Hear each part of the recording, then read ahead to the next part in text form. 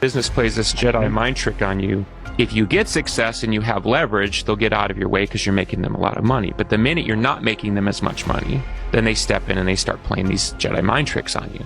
The whole thing's set up to take advantage of your weakness. Give me the insider psychology here. What do you tell people like me when they get here? And he says, oh, it's just, there's always a price. So they know that even if you get through the matrix of the whole thing and get out the other side, that there's just a dollar amount that will buy you back in. They don't want true independence. So David, I'd like to ask you a couple questions. I said, I already know the answers, but I've been gone for 5 years. I'd like to know if certain things are still the way they were when I left. I said, do they still take the master to the temple room? Dave said, yeah. I said, do they still have the coven conjure demons into the master? He said, of course. I said, now, I got to know something. What's the main reason for rock music? He says, the same as when you were in, so that we can play spells on people that we couldn't cast spells upon. The master is a tape about as big as the top of this podium that looks like an overgrown 8-track that the album is cut on and is placed in a machine that produces and presses the records and the 8-tracks and cassettes that you buy. After it's been recorded, it's taken in. This is why a master is cut months in advance before it's released. On the full moon, it's taken in to a temple room about the size of this auditorium that is in every one of the major music companies, behind locked doors up in the executive office. And it's placed on an altar, setting in the north of the room, and a pentagram engraved in the floor. And 13 hand-chosen witches and wizards and a coven come in and conjure a principality or a power up, usually Regia or something like that, and order him to tell the demons under him to follow every record and every tape. And this is in the next film I'm going to do. I'm going to try and tackle this question. That there are big realms, spiritual realms. There's good, there's evil, and they are slugging it out for the souls of mankind. And my question is, why are we even important? Little old flawed humanity. Why are we important in that process where the big realms are slugging it out over us? And I think there's bigger things at play here. And institutions that purport to touch on the divine are necessarily going to be affected by that slugfest that's going on between good and evil. Right. And sometimes good gives up ground. Yeah, and maybe not on purpose. I'm walking down the street here and I'm going by the General Electric, Niagara Mohawk building, whatever it is, and check this shit out. Yeah. This is what's on the building. The power building. You have to be shitting me. Could it be more obvious what they're telling you? Right across the street, you've got talking cursive. And then right next to that, you've got Cafe Kubal. The Kubal. That idea. His name's Anton LaVey, and he was the founder and leader of the Church of Satan. And you know, on his deathbed, he had one of the craziest revelations. And on his deathbed, he must have got some revelation or an angelic appearance or something. And he went into shock and he said, oh my, what have I done? He said, there's something very wrong. There's something very wrong. There's something very wrong.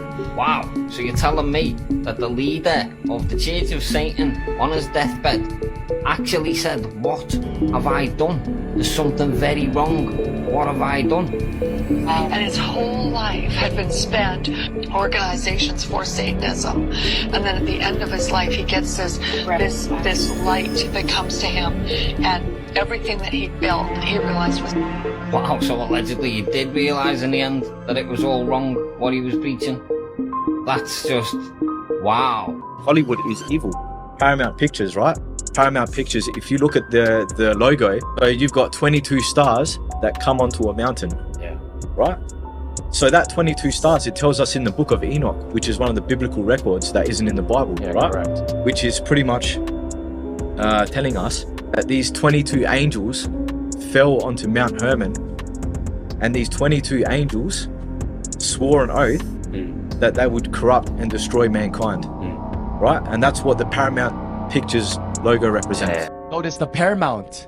Nah. The Paramount logo, how it has a mountain. And there's stars coming It up? has stars, yeah. How much stars is in that logo? How many? 22. What does 22 have to do? No, this is crazy because people are saying like we're living out Revelations right now. Yeah. And like shit in the Bible is like coming true. Mhm. And there was one line in the Bible that says something about all the stars will fall to earth. And a lot of people are saying that that's actually a metaphor. The stars is the celebrities. They're coming down to earth as in like they're becoming lower. And they're gonna be exposed for their fame. So it connects to the story where 22 angels fall from Mount Hermon in the book of Enoch. Oh shit. There was exactly 22 angels that were appointed in that thing. What the? Yeah.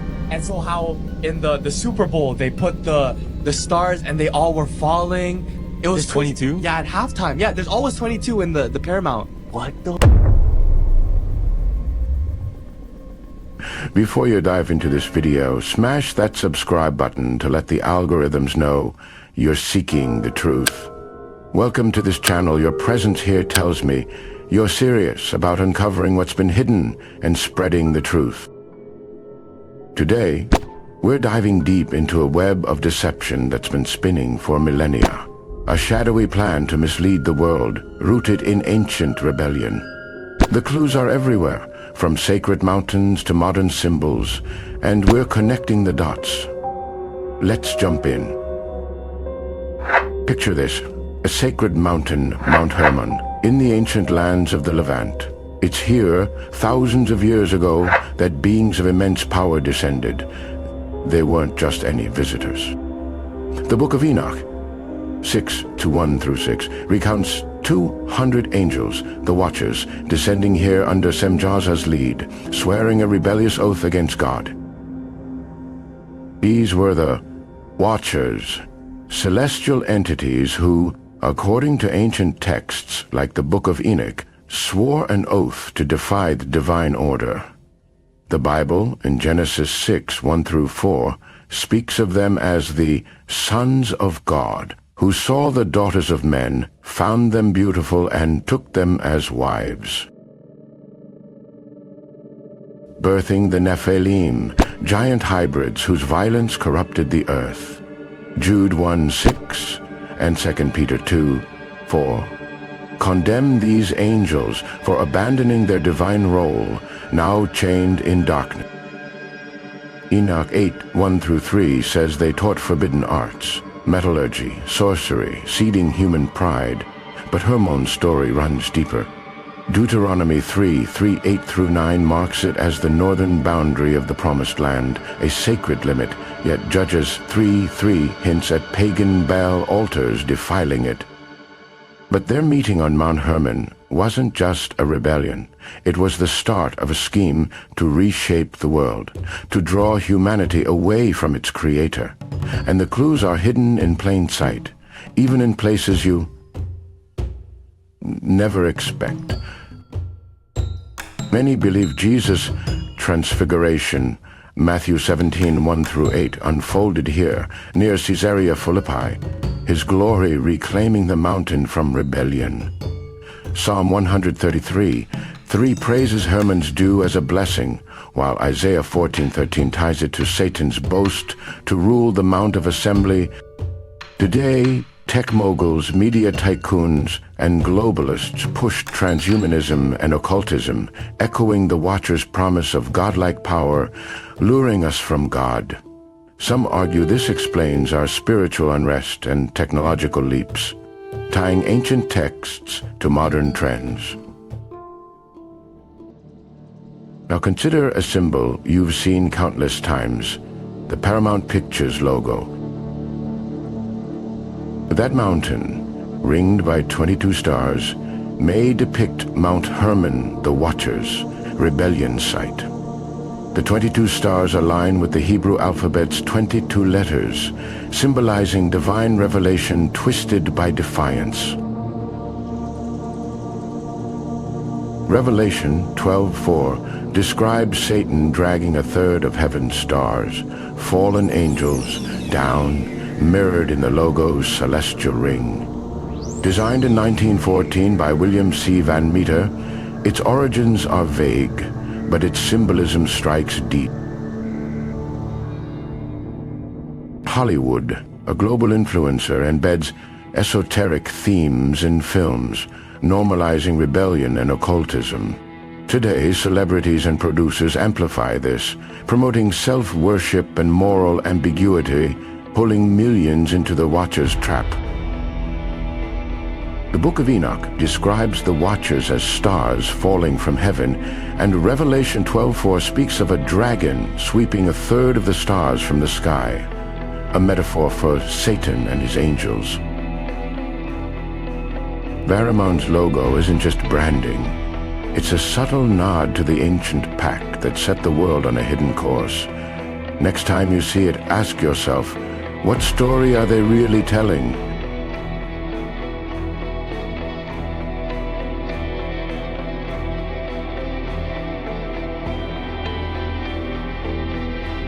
If you missed last week's video, you may find it interesting. For more information on this subject, I've placed a link in the description, or you may click here to watch. Now let's shift gears to another layer of this mystery. Tartaria and the mud flood. Historically a vague term for Central Asia's nomads, Tartaria is reimagined as a global advanced civilization, possibly tied to Nephilim descendants.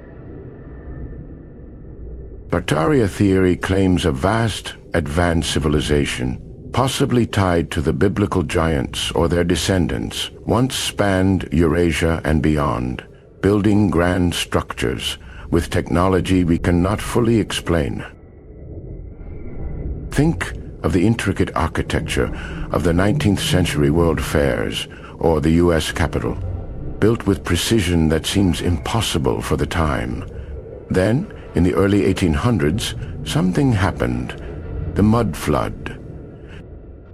Proponents say a catastrophic deluge buried cities under layers of sediment, erasing Tartaria's legacy.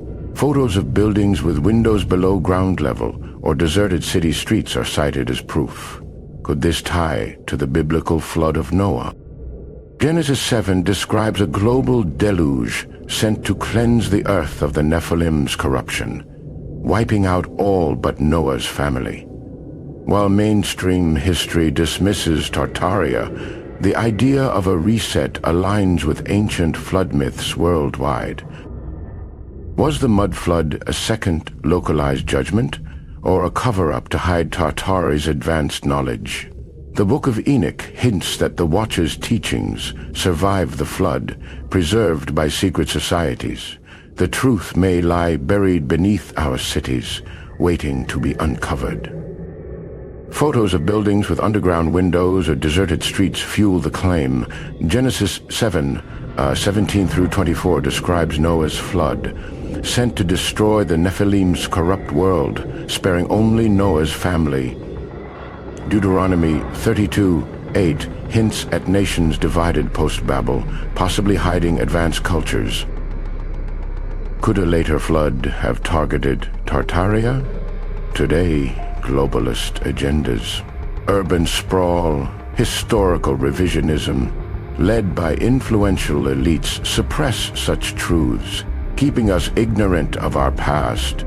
Some argue buried architecture and universal flood myths point to historical gaps. Its grand structures like the U.S. Capitol or 19th century World Fair pavilions are said to predate official records, built with lost technology.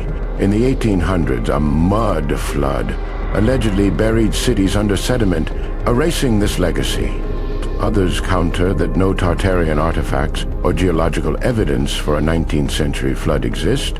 Still, the erasure of history feels deliberate.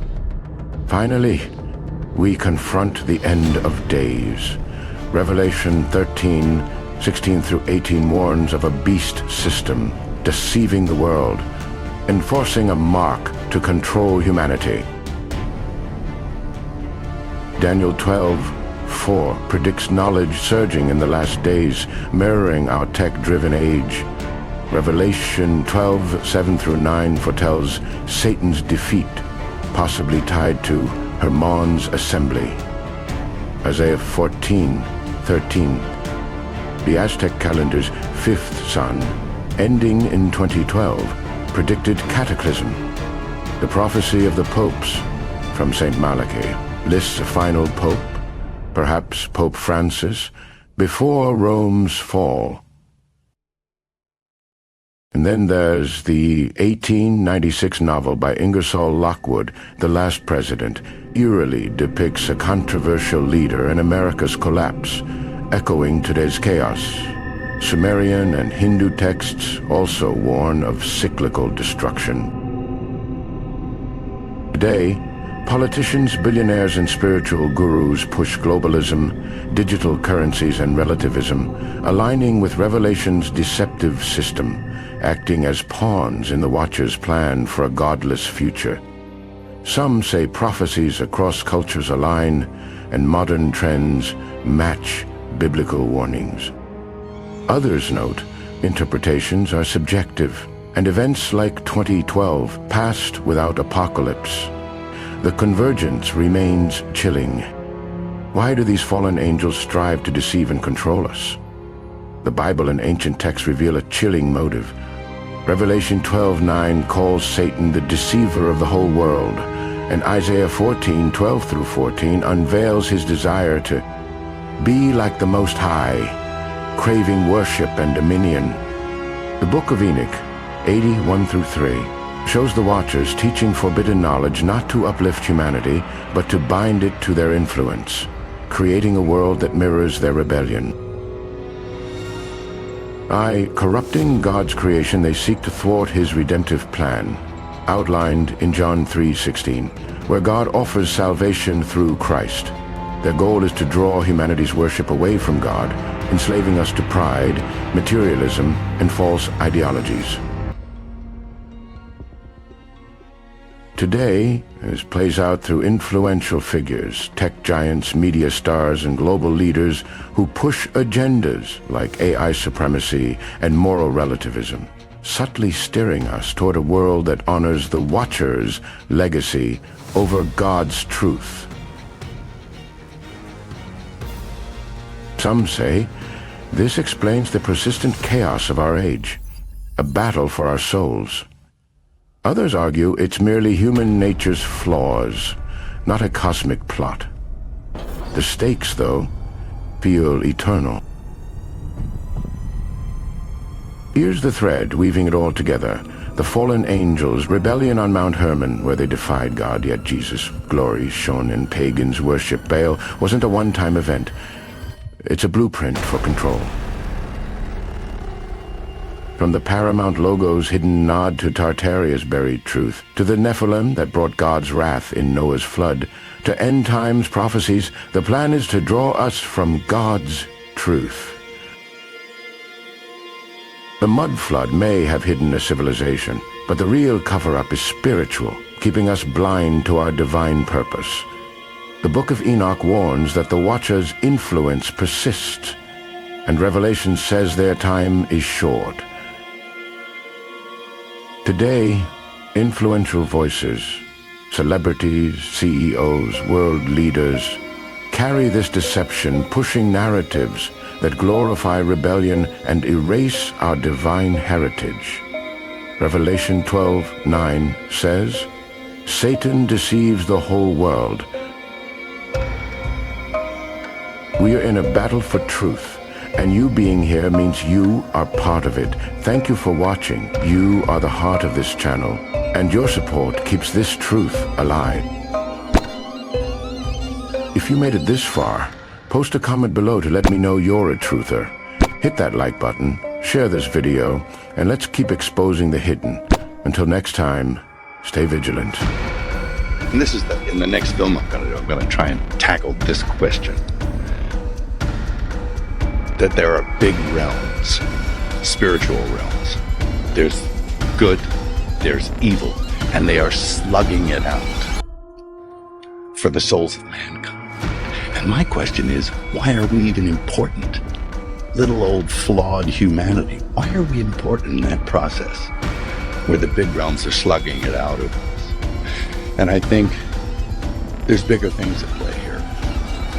And institutions that purport to touch on the divine are necessarily going to be affected by that slugfest that's going on between good and evil. Right.